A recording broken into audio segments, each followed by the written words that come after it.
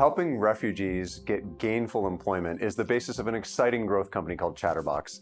And Mursal, you're doing this using technology to match the right language trainers with the right language learners. How do you do that? We use a matching algorithm to pair language learners with refugees based on their professional backgrounds and interests. Of course, refugees make slightly different kinds of teachers than average. They usually come with decades of experience in their former professions as well as illustrious educational backgrounds. So we're able to match, for example, engineers with Arabic-speaking engineers, aid workers with French-speaking, medical doctors. In the UK, at least, the level of education of refugees is higher than the UK average. So we're talking about a very highly educated population, perhaps more so than most people would give them credit for. What Chatterbox does as a company is to not just help to vocalize that fact, but take huge advantage of it in what is, in my opinion, one of the biggest economic opportunities in the world right now. Global multinationals need this type of language training, and you've been able to secure a few of them out the gate or in your early days.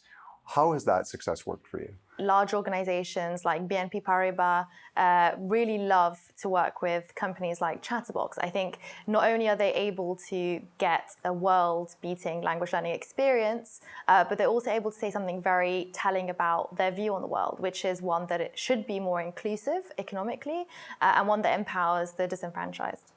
In terms of the outcomes, Mursal, with respect to language proficiency, do you have any statistics around how much faster you're getting people to learn? Because I know a lot of the online education platforms, language platforms, do not have a great level of engagement. The general trend is that technology tends to improve our lives. It tends to make things better, more entertaining. Unfortunately, with language learning, that just hasn't happened.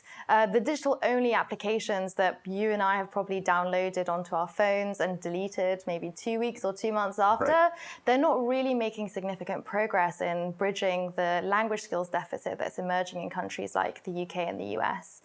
What we've recognized at Chatterbox, and part of the reason why the companies we work with are so happy and impressed to work with us, is because we're able to motivate learners in very different ways. So first and foremost, we motivate them because we have a much more human language learning experience.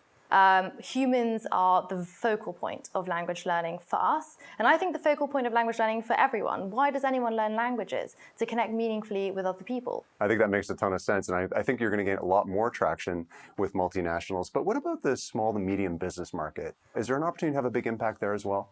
I think so. I mean, the global language learning market is, billions of dollars in size and growing rapidly. The online segment, especially given recent changes, of course, to how learning is delivered. So there are massive opportunities here. And what's especially exciting is as we branch out to impact more than just the refugee community, we'll be adding languages like English, German, and perhaps even Japanese in the future, but still benefiting marginalized workers.